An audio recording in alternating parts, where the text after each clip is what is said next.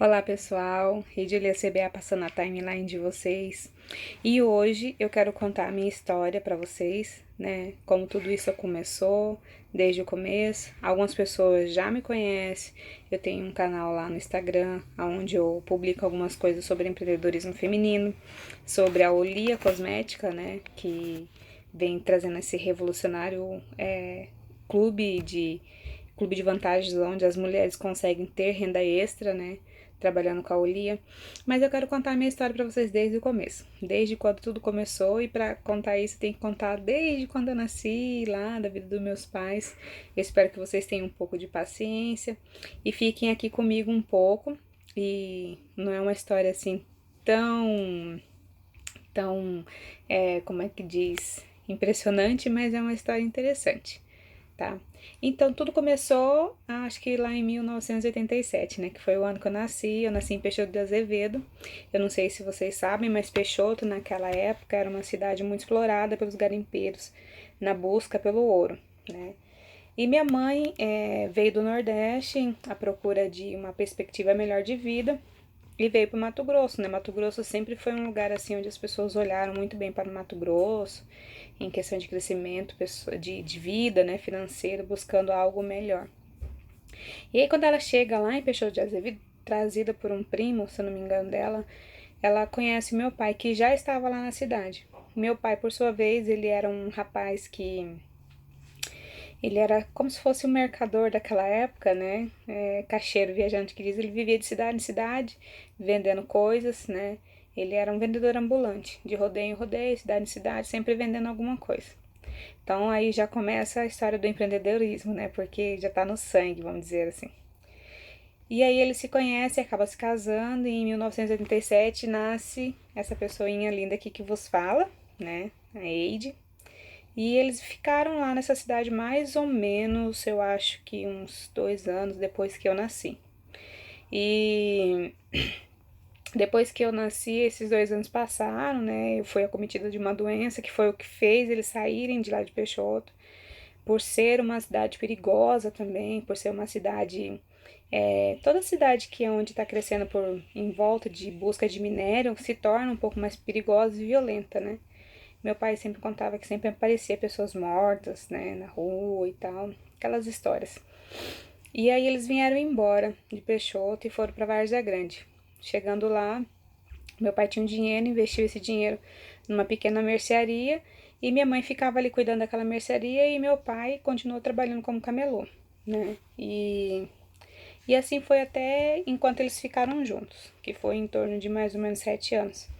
Aí minha mãe sai, se separa, eles se separam, ela sai, vai trabalhar e ela começa a empreender também, né? Meu pai ficou acho que um ano fora da cidade e quando minha mãe se vê totalmente sozinha com a gente, ela começa a ter que tomar algumas atitudes que talvez ela não tomaria, né? Mas arriscar mais um pouco. E aí ela começou a vender dorso de frango na porta de casa, né? E aí com esse pequeno investimento que ela fez já, empreendendo também, ela conseguiu montar uma pequena mercearia também, né? Que é o que ela já tinha lá quando ela era casada com meu pai. E aí eu me lembro de algumas situações, tipo, uma vez eu vi ela desenhando um elefante em uma folha. Ela não sabe ler nem escrever, né? É um detalhe. E não causou nenhum problema para ser quem ela é hoje. Mas ela não sabendo ler não escrever, ela não sabia que alguns produtos que os clientes pediam, ela não conseguia comprar porque ela não conseguiria ler os rótulos. Então o que ela fazia? Ela desenhava. Uma vez eu vi ela desenhando um elefante, uma folhinha. Então ela sabia que daquele extrato de tomate era uma marca e daquela marca ela tinha que trazer, que ela tinha um elefante na foto. E assim ela foi por algum tempo, né? Ela construiu essa mercearia à base disso. E aí ela comprou, nesse tempo a gente ainda morava naquele bairro lá, lá no Três Barras, para quem conhece, tudo começou lá. E ela conseguiu conquistar algumas coisas, né, com esse trabalho dela, com esse fator empreender dela. Conquistou uma casa no CPA, conquistou alguns carros, e a gente tinha uma vida até tranquila. Até que quando a gente vem definitivamente para o CPA, ela vem também abrindo um outro empreendimento lá, uma mercearia igual ela tinha, na intenção de expandir, né? E ela acaba quebrando. E aí ela passou-se mais ou menos, eu acho que 12 anos, eu acho que parada. Ela dividiu a casa que ela tinha e fez essa casa de kitnets e ficou ali parada, imersa. Já meu pai, depois desse tempo que eles se separaram, ele volta para Cuiabá e ele continua fazendo o que ele fazia antes. Ele continua sendo camelô, vendendo na banquinha. Eu tenho algumas recordações de quando a gente era criança, porque a gente passava muitos finais de semana juntos. E tem algumas recordações de quando eu era criança, que a gente saía às vezes nas madrugadas, 4 horas da manhã, 5 horas da manhã, para pegar o ônibus, para ir pra feira, né? E eu achava tudo um máximo, porque criança acha isso tudo um máximo, tudo muito legal.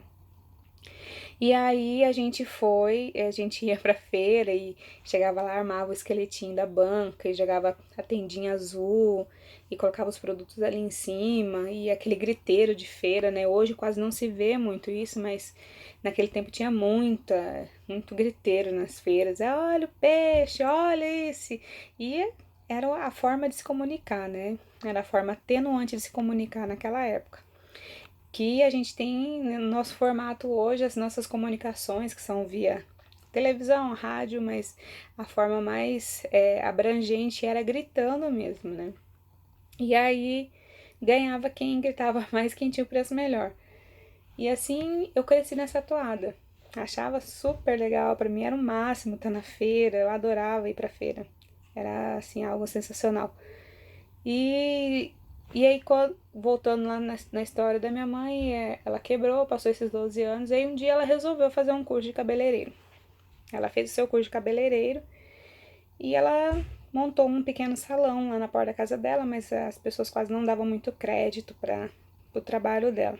Foi quando ela conheceu a marca que ela é distribuidora hoje, né, no Mato Grosso, que é a Mirra Cosmético. E ela começou, com um pequeno investimento, ela começou a trabalhar. E eu me lembro muito da minha mãe sempre dizer: é, primeiro seu fornecedor, pague primeiro seu fornecedor e depois você faça os seus investimentos. Essa frase é muito atenuante para mim hoje, que eu vejo também que muitas pessoas, e eu também já caí nesse erro de não saber lidar com dinheiro no começo, né? E acabar errando e fracassar em alguns empreendimentos que eu tive, que eu vou contar mais à frente. E aí ela se tornou hoje uma distribuidora da Mirra, né, no estado do Mato Grosso e está muito bem. Meu pai, ele não arriscou muito no empreendedorismo, mas sempre teve o pé no chão e eu aprendi muitas coisas com ele no empreendedorismo, que vender com qualidade é muito importante, não mentir pro cliente é essencial, porque às vezes você vende só uma vez quando você vende mentira, né, que muitas vezes não vender um produto com ticket alto, muito alto, né? Não compensa, que compensa às vezes é vender por quantidade, vender vários produtos, mesmo que o ticket dele seja baixo. Isso te traz mais rentabilidade. Então, e algumas coisas a gente aprende, né? E o empreendedorismo vem na veia por causa disso. E aí eu fui entendendo que empreender era muito bom, né? Só que daí minha vida financeira começou quando meu pai, ainda criança, meu pai, ele nos estimulava muito, dando pequenas mesadas. Toda vez que ele vinha nos ver, ele deixava alguma quantidade em dinheiro para mim e para minha irmã. E esse dinheiro a gente acabava usando como a gente queria, né? Minha mãe nunca foi de dar dinheiro pra gente, mas meu pai fazia muito isso. E isso acho que estimulou a gente a gostar de dinheiro. E tudo começou aí, né? A minha vida financeira. Comecei a lidar com dinheiro, contar dinheiro, comecei a administrar aquele meu próprio dinheiro, né? Comprando algumas coisinhas. E a minha luta trabalhista começou quando eu fiz uma dívida. Me lembro muito bem, acho que eu devia ter uns 13 anos mais ou menos, quando eu comprei um perfume que não dei conta de pagar, contando que esse dinheiro da mesada do meu pai, e acho que por algum motivo eu não consegui juntar esse dinheiro para pagar esse perfume. E aí a moça foi lá na porta bater atrás de cobrar a dívida que eu tinha comprado aquele perfume. Minha mãe atendeu a moça, ficou super brava comigo, me falou um monte, pagou. Não pagou, na verdade. Fez eu arrumar um serviço. Me lembro como se fosse hoje. Eu arrumei um serviço de babá naquela época. cuidava de um menininho de mais ou menos 3 anos de idade. E naquela época acho que eu ganhava uns R$ 70 por mês. Nossa, e era muito dinheiro, eu acho. Era muito dinheiro. Pra mim, né, naquela época já era bastante. E eu trabalhei lá um tempão de babá, né, para um casal. Eles tinham 2 filhos, o Kaique e a Lorena. Cuidei do Kaique um tempo. Só que daí aquilo foi engrandecedor pra mim, porque eu passei a gostar mais ainda de dinheiro e gostar de trabalhar. Com 13 anos de idade já queria trabalhar, né? Ficava ali já. E comecei a procurar outros serviços. E achei. Depois eu fui trabalhar na casa de uma senhora, onde a filhinha dela era deficiente. Eu ia com ela pro hospital, era mais ou menos a companhia da filhinha dela no hospital. E comecei a ganhar um pouco mais. Eu me recordo que acho que daí eu fui ganhar acho que uns 120, eu acho, mais ou menos. Foi bem interessante. E depois comecei a fazer cursos, né? Já com 14 anos comecei a fazer curso. Meu pai já começou a prestar atenção em mim, perguntou pra mim se eu queria fazer alguma coisa. Eu falei que queria. Eu sempre tirei boas notas, fui boa aluna. Não uma aluna nota 10, mas eu sempre fui boa aluna. E comecei a fazer cursos de informática. Meu pai sempre me incentivou muito. E eu fiz acho que 2, 3 cursos de informática e comecei a trabalhar. O meu primeiro emprego, não formalmente, porque não tinha carteira assinada, mas foi na própria escola de informática. Eu comecei a dar aula para crianças, lá todo sábado eu ia.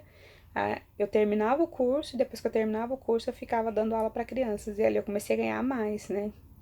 Eu já tinha um retorno, acho que eu não me recordo muito bem, mas eu acho que eu ganhava já em torno de uns 300, 400 reais por mês ali para fazer aquelas aulinhas todo sábado para as crianças.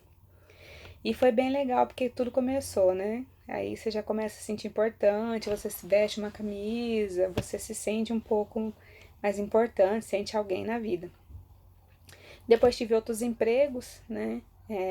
Não de carteira assinada. De carteira assinada eu tive 2 empregos só, que foi em 2 empresas de informática. Uma eu trabalhei um tempo a mais, outra eu trabalhei um pouco menos, mas eu tive 2 empregos de carteira assinada. E trabalhei um tempo também como digitadora lá no Sebrae.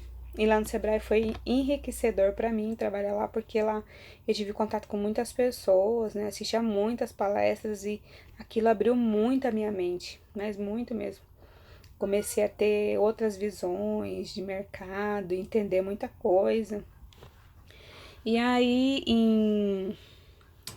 eu casei, né? Casei muito nova, acho que eu tinha 17 anos, quando eu casei ia fazer 18. E quando eu casei, eu fiquei um pouco mais sossegada em casa, não quis trabalhar, fiquei mais tranquila um pouco. Mas não foi muito tempo, eu acho que foi em torno de um ano, logo começou a bater desejo novamente de querer empreender, querer fazer alguma coisa. E fui fazer unha num salão que tinha lá perto. Quis trabalhar de manicure lá. E aí cheguei lá, a moça me explicou como era o trabalho, os investimentos eram meus, e eu fui fazer. Comecei a trabalhar lá e tava tudo legal, tudo dando certo. Só que a moça fechou o salão, né, e não conseguiu levar, não me lembro por qual motivo ela fechou, mas ela fechou esse salão e não teve como eu continuar lá com ela. E aí veio uma oportunidade. Lembra que eu falei pra vocês que minha mãe tinha aberto uma porta de um salão lá na casa dela quando ela começou? Então, essa porta ela fechou porque ela foi trabalhar na rua com a distribuição da mirra. E essa porta estava lá. E eu fui pedir pra ela para que eu abrisse uma sorveteria. Era uma época que tava tendo um sorvete bem bem gostoso. Eu me lembro o nome, acho que era Gebon que chama o nome do sorvete. E a Gebon naquela época fazia uma parceria legal com quem quisesse começar a trabalhar. Eles davam a tinta para você pintar o local, eles davam os freezers e você fazia uma primeira compra no valor X. E eu tinha esse dinheiro, né?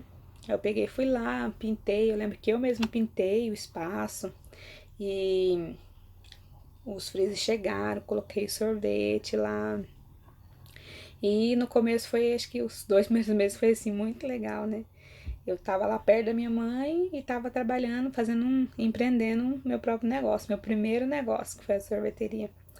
Só que não deu certo também.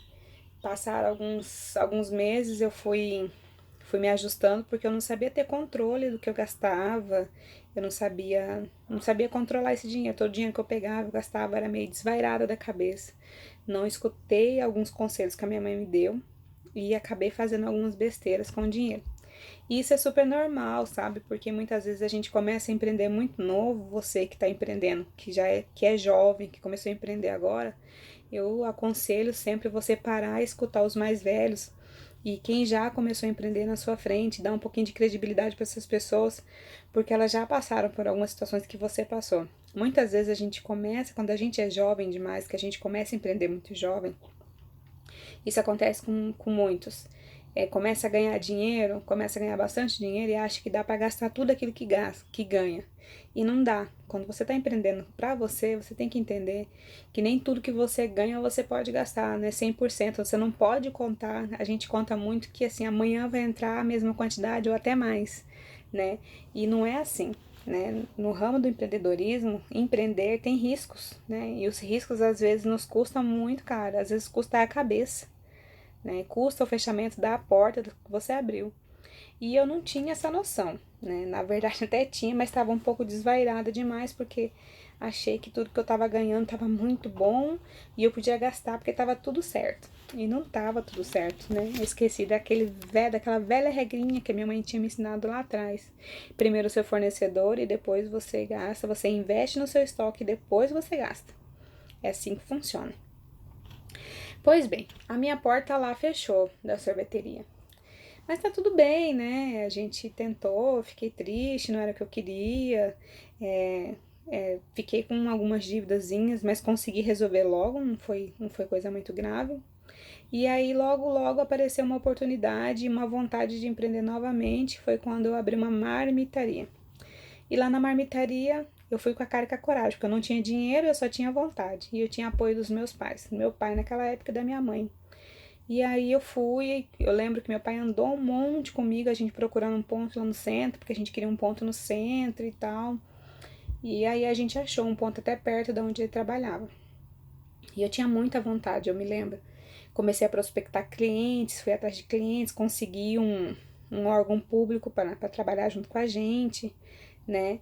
E aí arrumei uma cozinheira, porque nem cozinhar eu sabia, né?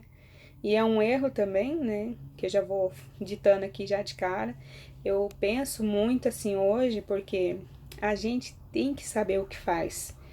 Se você vai abrir um empreendimento e você não sabe se pôr no lugar do seu funcionário, você não sabe exercer a função do seu funcionário, nem abra. Porque é pedir para morrer, é pedir para ser enforcado. Se você quer abrir uma metalúrgica, você tem que pelo menos ter noção de metalúrgico, tem que ser um metalúrgico. Você tem que ter noção. Porque se um dia um funcionário seu falta, se um dia alguém não consegue atender você, você não tem mão de obra, você não tá tão encrencado assim. Né? Você consegue se abaster daquilo. E esse foi um erro muito grande lá na marmitaria, né? Porque eu tive problemas com a funcionária, né? Com a moça que fazia a comida. E eu cheguei a ficar alguns dias sem ter a funcionária. E o primeiro dia que eu fiquei sem ela, eu fiquei sem fornecer. No segundo dia que eu fiquei sem ela, na segunda vez que eu fiquei sem ela, eu fui tentar fazer a comida e não prestou, porque eu não sabia cozinhar mesmo. Depois eu aprendi a cozinhar, tá? E cozinho muito bem. Só que naquela época eu não sabia cozinhar. E isso foi fatal pro meu negócio.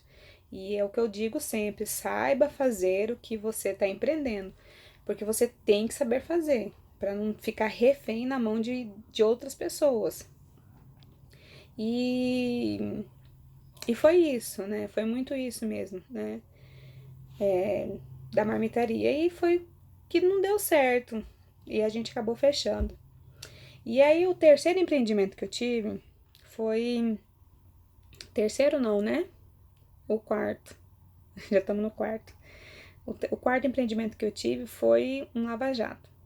Nessa época eu trabalhava de empregada, né? De carteira assinada numa loja. E esse meu ex-marido tocava esse lava-jato.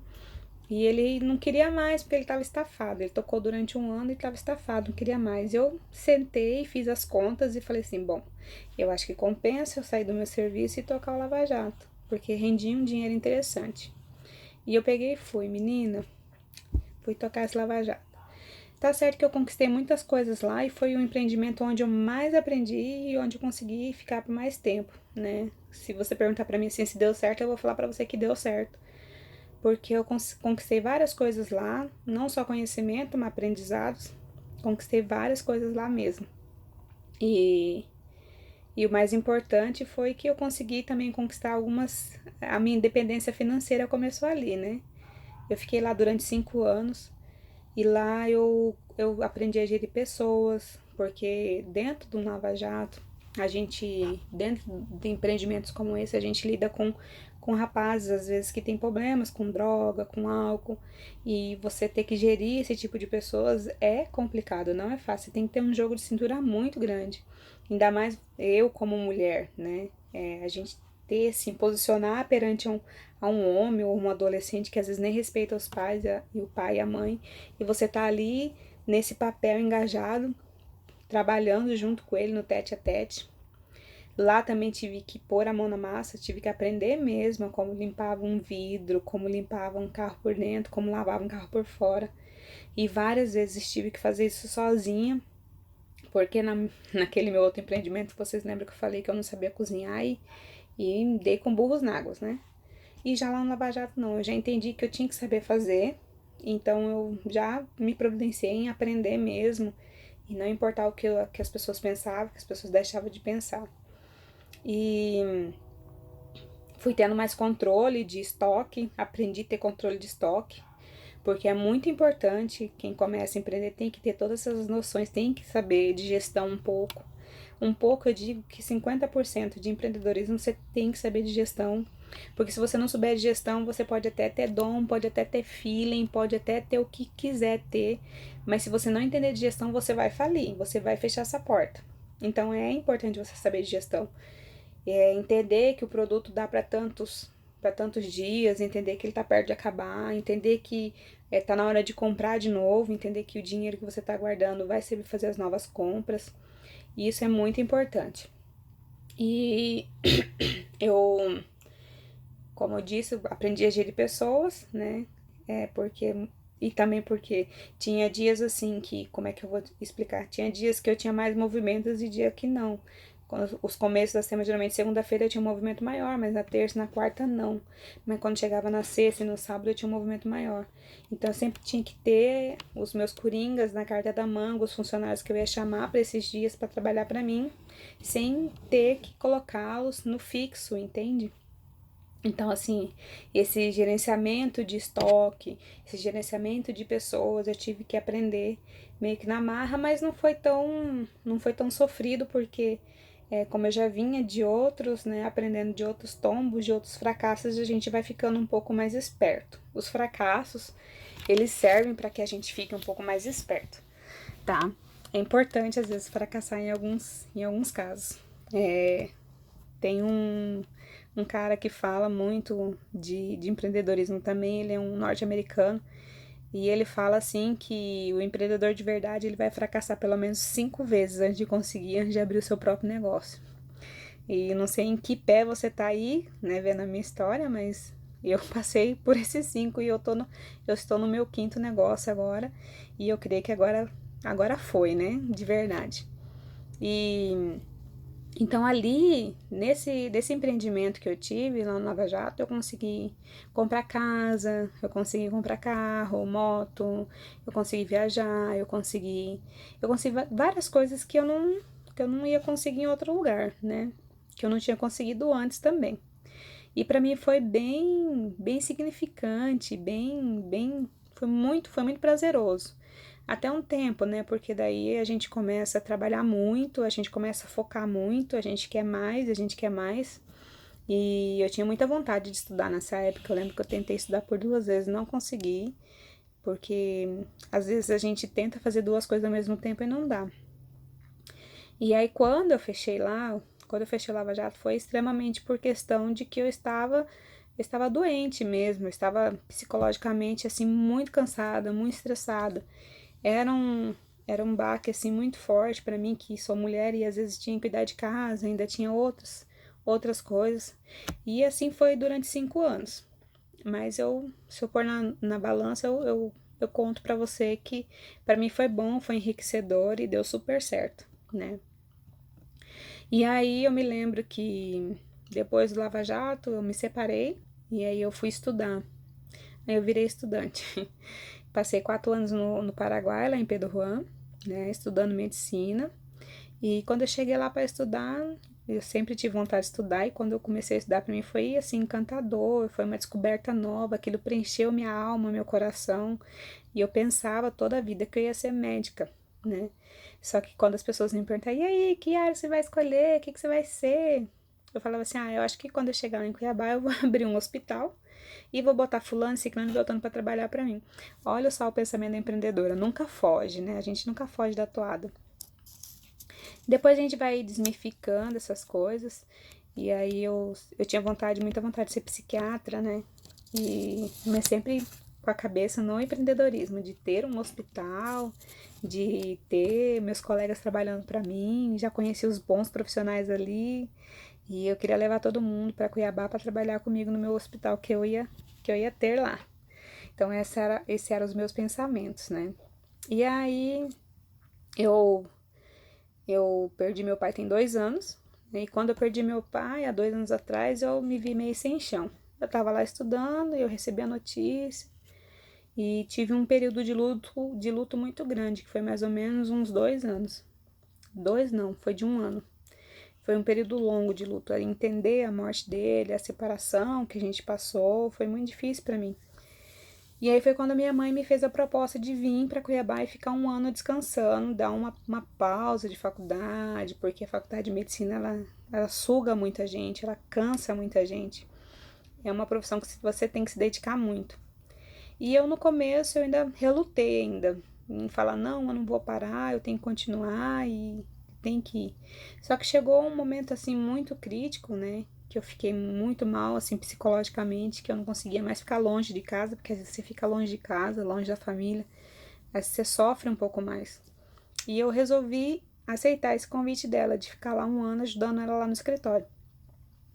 E eu fui para casa, né, no ano passado, esse ano, no começo deste ano. E aí, tô lá ajudando ela no escritório, e aí eu recebi uma ligação me avisando da fábrica que ia ter uma reunião lá em Goiânia, né, que ia ser falado desse produto novo, que ia ser lançado pela mesma linhagem da Mirra, e que gostariam que todos os distribuidores fossem participar. E eu liguei para minha irmã, falei, e aí, vamos participar dessa reunião aí, vamos lá? E a gente se juntou, eu, a minha irmã, Winnie, a minha irmã Josi lá de Rondonópolis, né, que é a distribuidora de Rondonópolis, montamos no carro e fomos para Goiânia. Chegando lá, a gente foi para as reuniões e foi falar de Mir, foi apresentar a Dolia, foi falar de Olia. E assim, simplesmente meu coração palpitou muito forte e eu decidi investir nesse ramo porque eu fiquei assim maravilhada com os produtos, né? E fiquei encantada mesmo assim com a história com que a Olia vem engajando aí, que ela vem muito forte no empreendedorismo, e eu vejo isso no engajamento feminino muito forte, né? Porque a Olia traz renda extra para as mulheres que estão procurando algumas alternativas e outras para complementar a renda ou para ter realmente uma renda fixa e extra. A Olia é excelente para isso. E fiquei maravilhada. E voltei para casa e comecei a usar os produtos. E o primeiro impacto que eu tive foi comigo mesma. Porque eu tenho melasma desde os 20. Hoje eu tenho 32, acho que desde os 22 anos de idade eu me descobri com melasma. E eu comecei a fazer o tratamento com os produtos da Olia. E simplesmente as manchas que eu tinha aqui no rosto sumiu. E eu nunca tive assim um resultado tão fantástico e tão drástico com nenhum outro produto, igual eu tive com a Olia. E aquilo para mim mudou a minha vida, porque quem tem melasma sabe, as meninas que têm melasma sabem que a gente se sente mais velha, a gente se sente mais triste. Eu me sentia muito deprimida muitas vezes por causa das manchas. E quando eu comecei a usar o produto, que eu senti que o produto fazia realmente efeito, nossa, eu fiquei assim encantada. Eu falei assim, as pessoas que têm essa doença, porque é uma doença de pele, né? As pessoas que têm essa doença precisam saber que esse produto pode transformar a vida delas. E eu comecei então a falar disso lá no meu perfil no Instagram, né? e logo começou a bater a vontade de empreender de novo. E aí eu já comecei a vender o peixe da Olia e assim, o primeiro impacto também para mim, o segundo impacto, na verdade, que o primeiro foi comigo mesmo, e o segundo impacto foi na vida de um colega nosso próximo que resolveu entrar no clube, resolveu mergulhar de cabeça e simplesmente ele era professor, ele não tinha recebido nenhum contrato porque ele não era, ele trabalhava em contratos efetivos, que eu acho que é assim que fala, não era concursado. E aquele ano ele não tinha conseguido nenhum contrato, ele resolveu empreender com a Olia. Ou entrou pro clube, começou a empreender. E ele, assim, a primeira compra dele foi de R$ 1.000, a segunda de 2.000, a terceira de 3, depois de 4, depois de 5. E assim, foi muito significante porque ele teve uma crescente, ele não desceu, ele teve uma crescente, né? Então, assim, transformando vidas mesmo. E aí depois uma outra moça entrou através dele e também teve uma crescente que eu falei assim, nossa, os produtos realmente eles podem mudar a vida das pessoas, né? Eu posso conseguir mudar a vida de pessoas através do produto, através do clube de vantagens. E assim a gente está trabalhando, falando muito de empreendedorismo feminino lá na minha página, né? Eu falo muito, dou algumas dicas sobre empreendedorismo, como empreender, de alguns erros que a gente comete, né? Na hora de empreender, como eu já falei aqui, lá quando eu era manicure, lá quando eu tive a sorveteria, que eu não soube controlar os gastos, né? Foi um erro. Quando eu tive a marmitaria, que eu não sabia cozinhar, não tinha noção nenhuma de cozinha, foi um outro erro. Já quando eu tive o Lava Jato, já eu comecei a entender um pouco mais, fui entendendo sobre gerir pessoas, gerir os produtos, né? O tempo também, porque a gente às vezes quer trabalhar muito, que às vezes quer trabalhar pouco, ganhar muito, e não é assim. A gente sabe que quem empreende para si próprio, ele acaba trabalhando muitas vezes muito mais do que trabalhar para os outros, né? Pelo menos no começo, gente. A gente tem que ter muito entendimento disso, porque às vezes a gente se engana e a gente se frustra com essa situação, né? A gente fala assim, eu vou ser empreendedor, vou trabalhar a hora que eu quero. Fulano fala que levanta às 10 e vai trabalhar. E nem sempre é assim, tá? Pelo menos no começo se gasta muita energia, depende muito de você fazer seu horário. Lógico que depois você vai ajustando, vai ficando melhor para você. Mas no começo você tem que gastar muita energia, botar muito empenho nisso, porque ser empreendedor também não é fácil. Às vezes você tem que passar do horário, porque às vezes o cliente quer conversar um pouco mais, e o seu cliente é o seu salário, né? Você tem que olhar para o seu cliente e ver o seu salário ali. Então você tem que dar de tudo, o seu tudo para ele, fazer com que ele se sinta bem, ter uma boa comunicação, né? Saber especificações de produto, e tudo isso é treino, tudo isso leva tempo, tudo isso custa tempo, né? Não é, a gente não aprende as coisas do dia para noite. Mas eu quero dizer com tudo isso que eu estou aqui, né? E eu posso ajudar vocês, principalmente as mulheres. O meu intuito aqui é ajudar mulheres, mas todas as pessoas que queiram participar dessa nova onda que está surgindo aí com a Olia estão super bem-vindos. Convido a todos vocês para participar comigo. E vou estar aqui prestando o meu serviço, que vai ser esse, de falar com vocês sobre empreendedorismo, de falar onde pode ser que vocês estejam errando. Quero falar muito de gestão de negócio com vocês, onde vocês podem conseguir sair de um patamar C para um patamar A. Eu acho muito importante a gente se evoluir, se qualificar, é muito importante isso, porque a qualificação ela nos traz frutos, né? Que a gente pode ter uma colheita muito mais farta amanhã. E eu tô aqui agora, tô na cidade de Curitiba já tem mais ou menos uns 4 meses que eu saí de Cuiabá em busca de qualificação para levar para vocês, tá? Tô me qualificando aqui mais ainda em questão de gestão, em questão de atendimento, de comunicação, para poder levar o melhor que a gente tem da Olia para vocês. E eu vou ficando por aqui.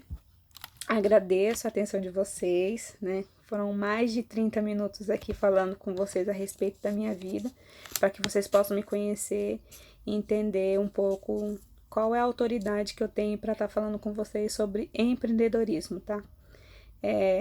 Um beijo a todas, fiquem com Deus e até o próximo vídeo.